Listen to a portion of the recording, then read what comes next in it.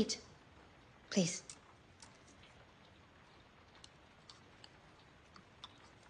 What have you got there? This may be not for you. How do you mean? Let me try some. 安仁様が納豆を召し上がるそうじゃ。ご決心は固いようでござりまする。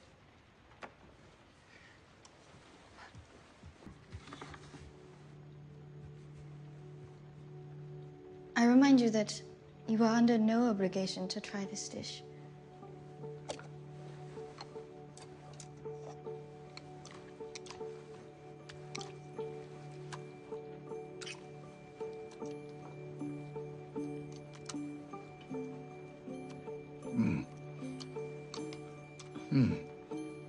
It's a bit like cheese. Very stinky. Possibly spoiled cheese. But, quite enjoyable.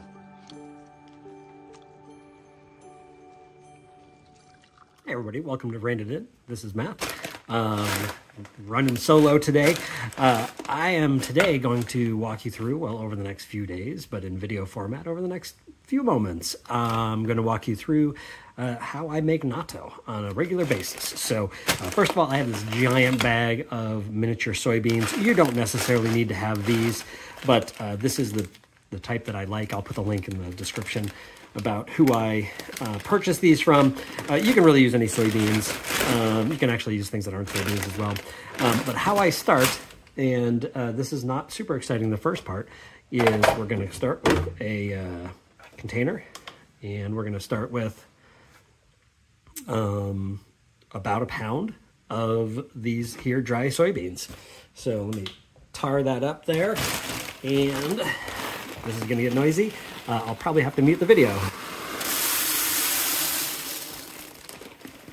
And of course I have this on grams instead of ounces, which is what I'm used to. We're a little over a pound here. So really what I normally do is I go for about a pound, a little over a pound. It doesn't need to be perfect. What we're gonna do next with this is we're gonna rinse this thoroughly. And then I fill it up quite a bit with filtered water. And I'm going to let that sit for about 24 hours. So I'll save you the wait on that. When we cut back, we'll see what we look like after that 24 hours. All right, it's been 24 hours after we've rinsed and soaked our soybeans, right? So again, these are small little soybeans. I should have grabbed the bag because it was yesterday. It's downstairs now. But you can see we started out with little tiny beans that were, I don't know, half this size probably. So now we're quite a bit bigger. You can see there's a little bit of foam at the top. Sometimes I'll go ahead and during that 24 hours, I'll change out the water a couple times. Again, I use filtered water. This time I just forgot. I was busy, so I didn't do that. So we've just sat here. What I'm going to do now is I'm going to rinse these, and then we are going to put them into this here Instant Pot to steam. But let me go ahead and rinse these, and I will be right back. Now that I've had a moment to rinse these and also run downstairs, I went ahead and grabbed some of the dry ones, and I grabbed some of the soaked ones. You can see quite a bit of difference. If you didn't start with these little tiny soybeans for natto, which are a little more traditional, I believe, right? If you've ever bought natto in the store, you've seen that they're smaller. They look more like that. You know, they'll obviously just be bigger. I've made them with normal soybeans. It's equally as good.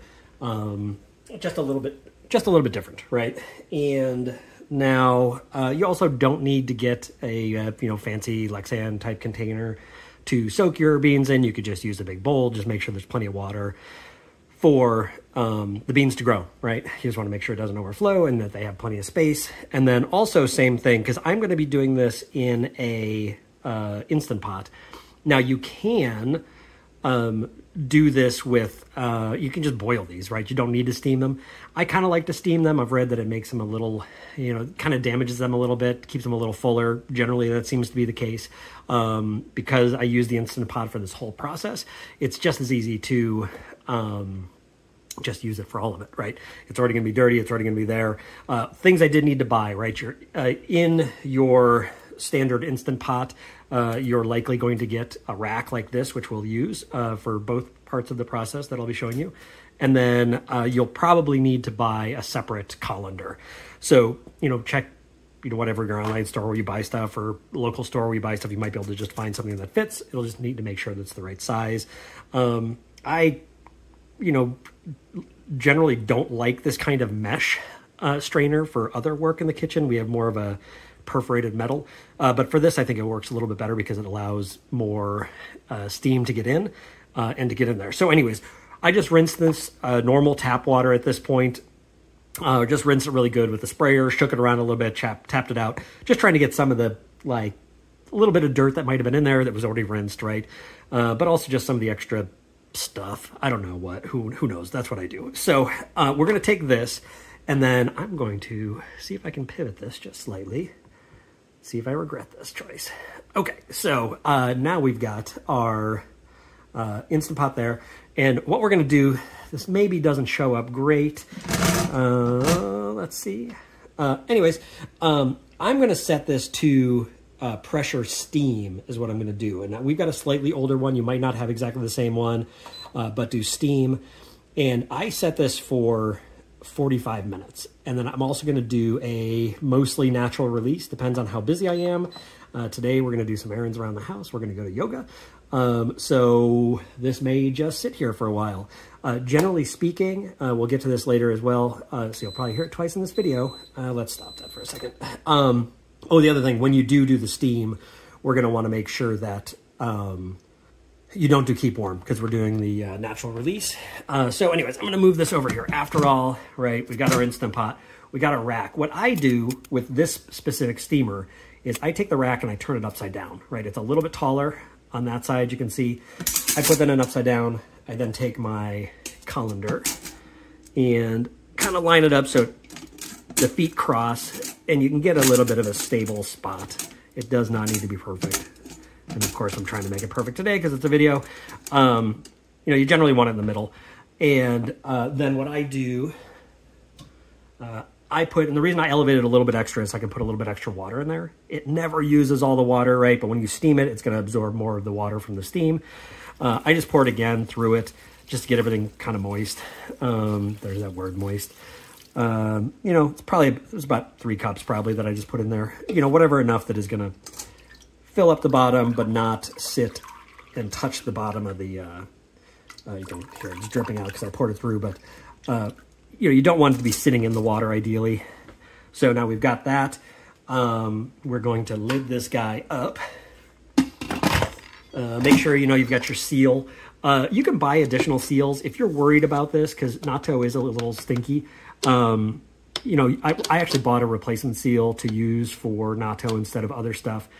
We don't ever end up swapping it out. It doesn't seem like it holds any smell or anything. But I do have like an extra one that hasn't been used for natto in case we want to do like sweets or something that might impart that taste a little bit more that we worry about. Mostly we just do savory stuff in our Instant Pot. But so make sure you've got that. Make sure you've got your all your pieces in, and make sure that you are in the sealed set there. All right, we'll come back here and let's go ahead and reset this to steam.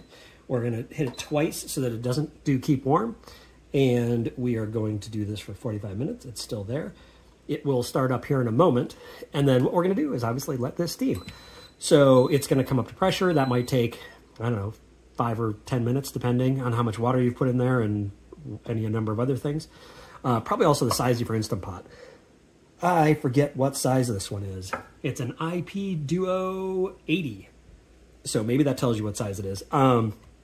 It's sort of in the US, it's sort of the medium size one. I know that in Asia, this is maybe sort of like the large size one, but, or at least some parts. So we'll let this guy go. It's going to come up to temp. It's going to steam for 45 minutes.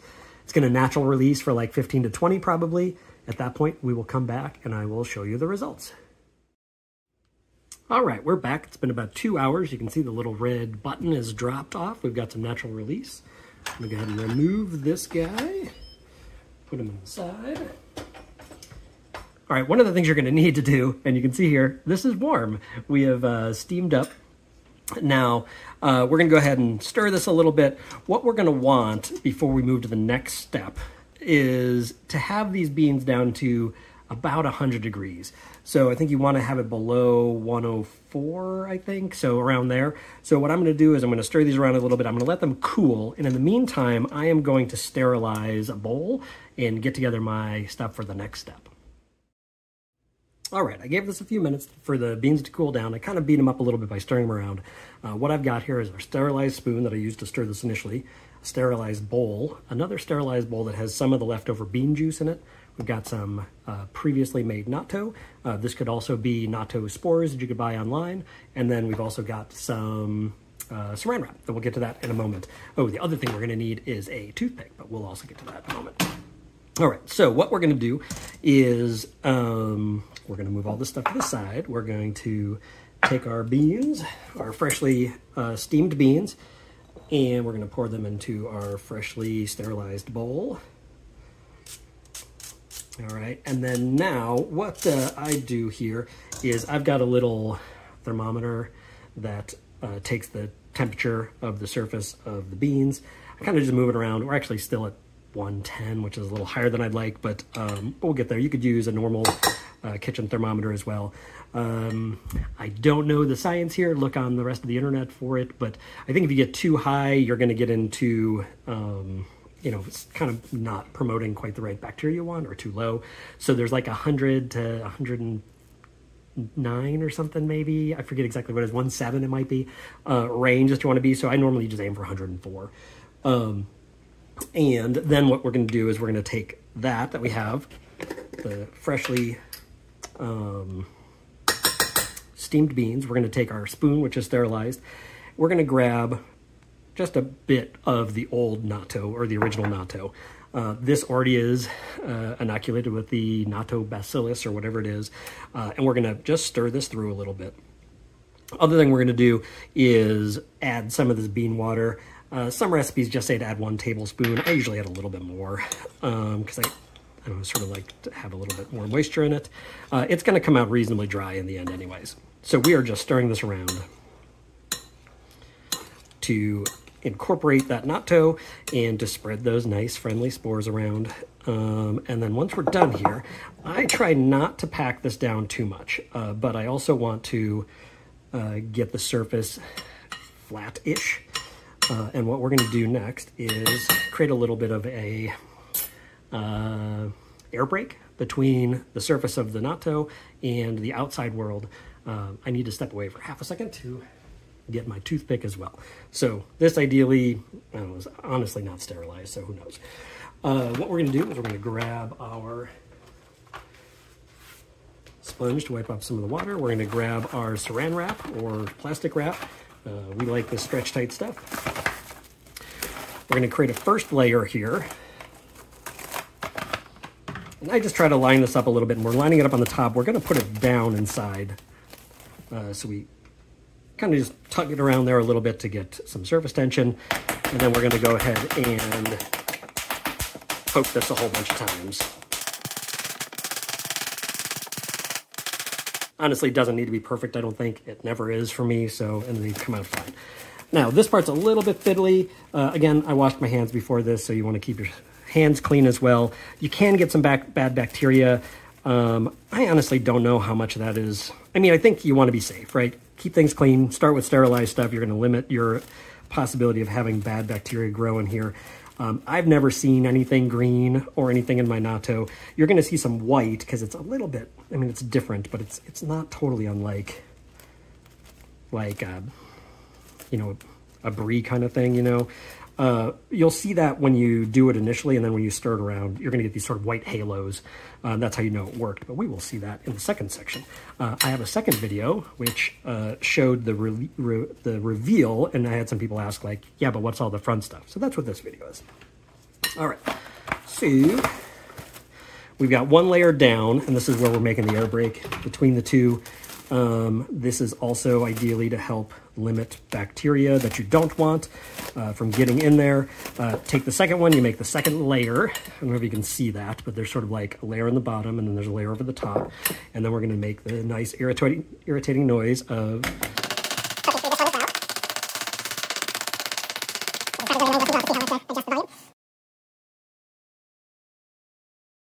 All right, so now we've got our natto inoculated, or our beans inoculated with old natto and the spores. We've got 2 layers of saran wrap on there.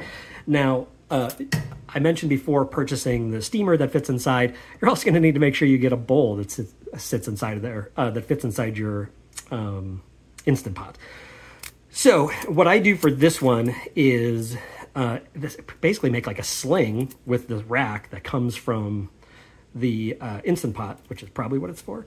And I take this and I set it on top of here. And then I am going to lower this into my Instant Pot with about an inch of water, or not an inch of water, about a cup of water. Same thing as before. Once we put that inside of once we put it inside of here, you know, when this is in here, you're going to want the water not to be touching the bottom. We're going to end up cooking this on the yogurt setting. I'll be right back to show that. All right, we're back. You can see now I've got the bowl with the natto and beans in the Instant Pot. There's a little bit of space here around the side. And as I mentioned, we're going to go ahead and we're going to put this on a yogurt setting. Also because I was too lazy to clear our table, you could see all of our Arkham Horror stuff. Now, the other thing we're going to want to do here is we've got our Instant Pot lid. I pulled out the seal, which I realize now is why it never smells weird like natto. And then I also remove the little cage there and the air thing. So the reason for this is that natto is a aerobic reaction, as I understand, or it wants an aerobic environment. Again, so we get more of the good stuff and less of the potentially bad stuff. So I actually end up, during the time that this is fermenting, is really what it's doing, I suppose. I open the lid every couple hours if I think about it, ideally. But there's going to be a little bit of air transfer happening in there. Not a lot, but it's going to happen. Again, we have a slightly older Instant Pot. If you don't have an Instant Pot that does yogurt, something else you could probably use. I've heard like you can do an oven on low and just put like a spoon in the thing to keep it a little bit cooler. So like, again, you want it to be around 100 degrees. I've had good results with this. I stopped doing it, but I used to keep a thermometer in the hole in the top where the pressure valve is, and used to monitor it. But since it was always within the range I wanted, I just stopped worrying about it. So we're going to go ahead and we're going to put this on yogurt. And I put this on for anywhere between 18 and 24 hours. I'm going to go ahead and do 22. I'll open it when I want to or let it keep going when I don't. And what's going to happen here is this is going to sit at about 100 degrees the whole time. It sits in this sweet spot. Usually I think it's about like 104-ish or something like that.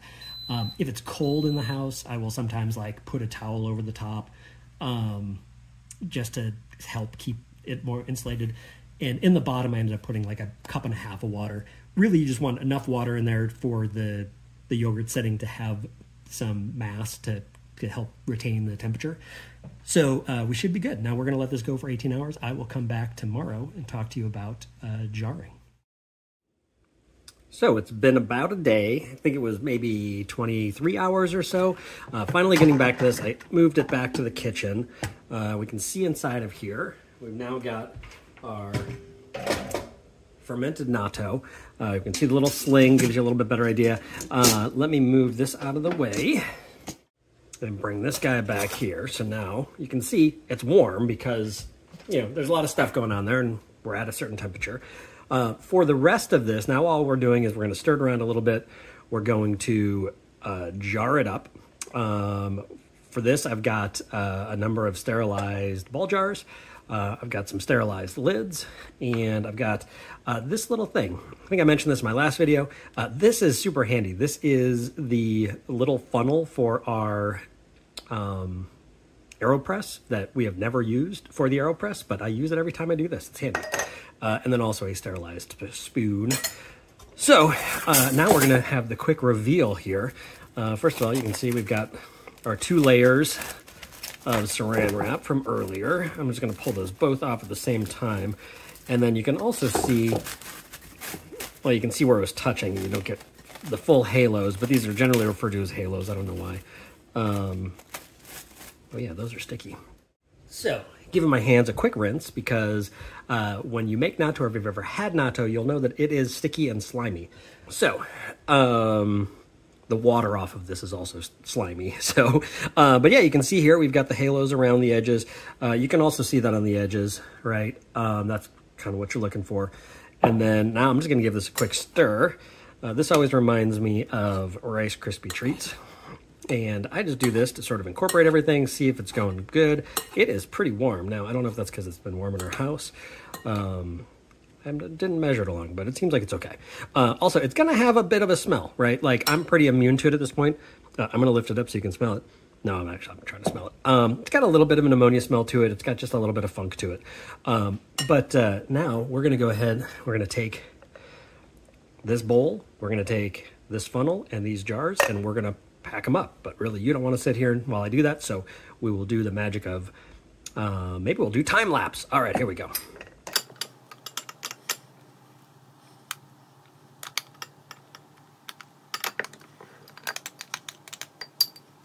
All right, so you get the idea here. I'm not going to do the whole thing on time lapse, save some battery and such. Normally what I'll do is I'll fill it up part way, and then I will spin this. Ooh, sorry, that's loud. Whack it on the table a little bit, just compress it down a little bit, and then I'll start the next one. You can see all these strings, right? This is going to get messier and messier as you go. The more you can keep these off everything else, especially off the lid, the better off you're going to be. And we will come back once I've got all of this jarred up. All right, we're back. We've got most of this inside of our jars at this point. And you can see this, it's definitely a little slimy, a little bit stringy. I'm going to get all the rest of this out of here. And, for me, if I do about a pound of dry beans, I get about a pound, or rather, I get about 3 of these medium-size jars, ball jars filled. And I normally, and you can see it's pretty, I don't know how much it shows up on the camera, but you can see in there, there's like kind of slime. You'll get it around. Again, trying to keep it off my fingers while I'm doing it. I always leave a little bit extra in here just to taste it, right? But as I go ahead and finish up jarring these jars, filling these jars, again, I pack them down. What I will normally do is I will put these in the fridge for, I don't know, a few days. And then I'll keep one of them in the fridge, and I will use that to eat from. And then I will put the other 2 in the freezer. So there is some, I don't know, I've seen some discussion on the internet, and especially by a company called New York Natto, I think it is, that, once you freeze natto, you're killing some of the good nutrition in it, so which is why I keep one. I'm kind of also thinking, like, yeah, you might lose some, but the majority of natto that I've seen around is frozen. If you're interested in trying natto, check out like an Asian grocery store, specifically one that has a good Japanese selection. You can find them in the freezer. They come in these little styrofoam packets. The reason why I started doing this was I was enjoying natto, and I was looking for a project during the pandemic, and I just didn't want to promote all that styrofoam that I was using from having like one helping in a styrofoam box every day. So I moved to this. And then also, for a little while, I was buying them from New York Natto. I'd highly recommend that. If you try it the frozen kind and you think it's kind of interesting and want to try it again, I would try some fresher stuff. I've found that a lot of the natto that I buy from Asian grocery stores, from the freezer section, even if, like, we have some big, very active stores here in the Atlanta area, and they're going through them. You can tell that they're, being consumed. They're not sitting there that long, but I still feel like the ones that are in the styrofoam, because there's some holes in it to allow them to breathe, because that's how they do their fermentation in the styrofoam, I think, as part of the processing. So I don't think we need to have that at this point. I haven't had any problems with it. But they're always a little bit freezer burned. They're not quite as good. The ones from New York Natto, I think, are really fantastic. And it was actually when I was buying those, and they are an fresh agricultural, perishable product. So when they ship them to you, they ship them with dry ice. You won't need to get them in the fridge. Those were really good. I really enjoyed them. But again, there's a lot of shipping costs. There's just cost. They're not, super inexpensive. This is really, I have no idea. I haven't figured out how much it cost me, but I mean, it's got to be a couple dollars a jar at this point, right? Because we have the ball jars. Once I bought all this stuff, we use all these things for other things as well. So it's not like it's only for this. And the beans themselves aren't that expensive, right? I mean, I can't even say how much they are, right? But I buy them in that big bag, and it's maybe like 30 or something bucks. So it all washes out. Anyways, so I'm going to come back here and I'm going to show you really briefly one of the ways that I make natto. All right, so I just cleaned up a little bit, and one of the pro tips here, if you make natto, or anytime you're really working with natto in general, and I got this from the Tabby Eats guys, Tabi Eats on YouTube. I mentioned this in my last video too. They did some really sort of fun natto tastings from some different places, and they recommend, especially if you're using anything plastic, that you want to not use soap on that until after you've rinsed it off. So really, anytime I clean up natto afterwards, I run it under hot water. You'll see it just sort of all those strands and stickiness just sort of melt and disappear. So I normally run it under some warm water, just off the tap, and move it around, and then you'll get, it'll be mostly clean, and then I use soap and water I throw in the dishwasher. So also, quick taste test of the first batch. Now, what I've got here, and actually what all this is, this part here is what I make my breakfast with. And then this is just soup base. You can buy this at any Asian grocery store. Again, you might even be able to get this in some grocery stores these days. This is my stand-in for, I think it's like tare or whatever you're going to get in those little packets. You could put in other mustard or anything like that as well as you wanted to. But, kind of move this around. You can see once you put liquid in it, the strands really go away. This one's a little less sticky. Maybe I put a little bit more liquid in there. But, I always give it a try just to make sure it seems okay, especially after run through the trouble of jarring it up. It's good. Hard to explain what it tastes like, especially with the soup base. Also, this is just a great thing to have around if you don't know what to make for lunch and you've got some soba noodles. Just boil them up, throw that on there, dice up some cucumbers. You got a lunch, right, in a few minutes. But the taste of the natto, especially with this soup base in particular, it's got a little bit of smokiness to it, which is more from the soup base. And it's got, here, I'll move these in. And it's got, I don't know, it's earthy.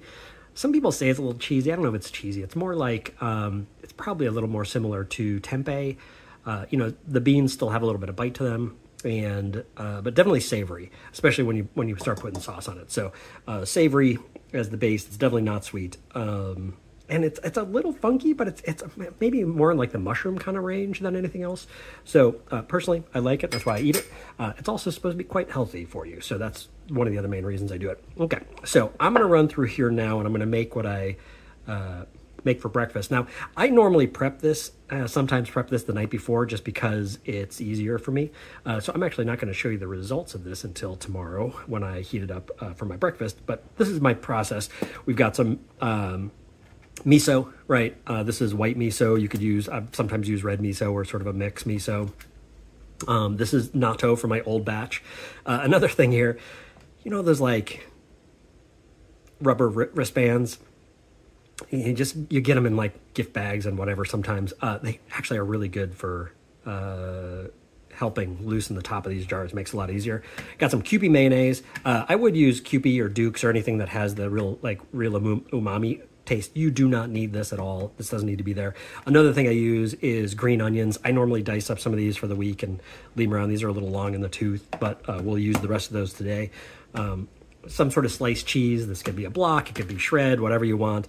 I just keep some sliced cheese in the fridge for this purpose, and then you will want a clean knife and something to make it on. And then I end up using like thin slice, either Pepperidge Farms or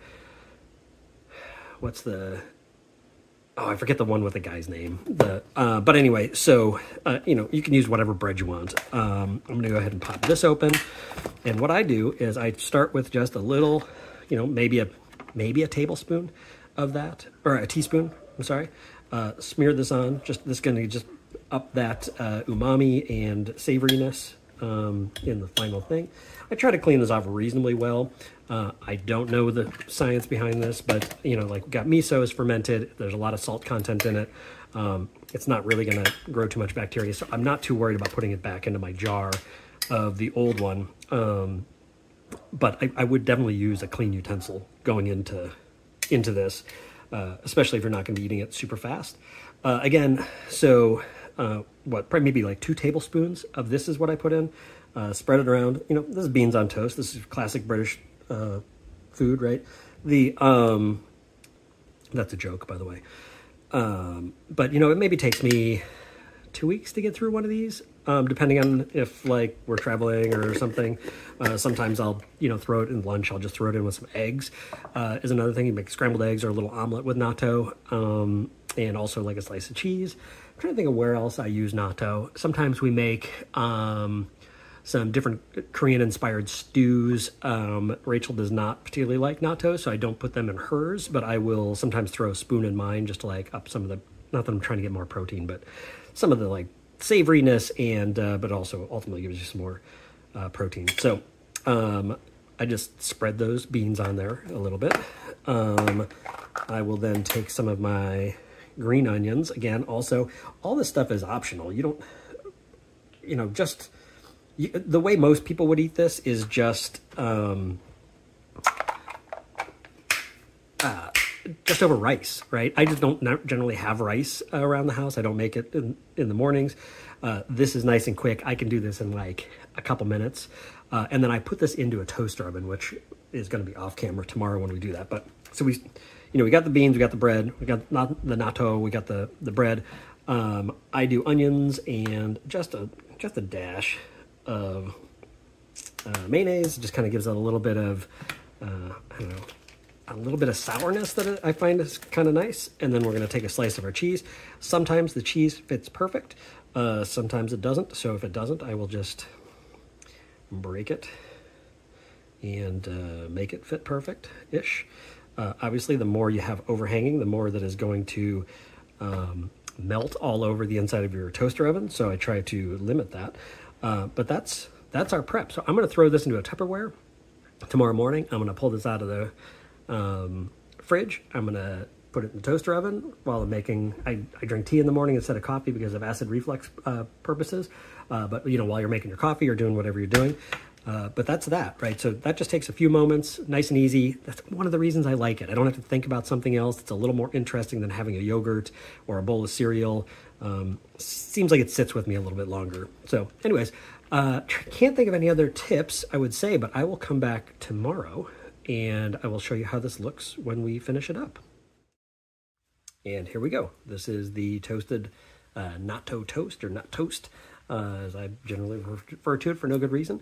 But anyways, you can see just melted, put it in the toaster oven for pretty long toast to get it melted. Some cheeses melt better than other cheeses. I also like to add a little bit of this togarashi, just kind of spice it up a little bit. We'll see how well this comes out today. And there you go. That's my breakfast for most weeknights or weekday mornings.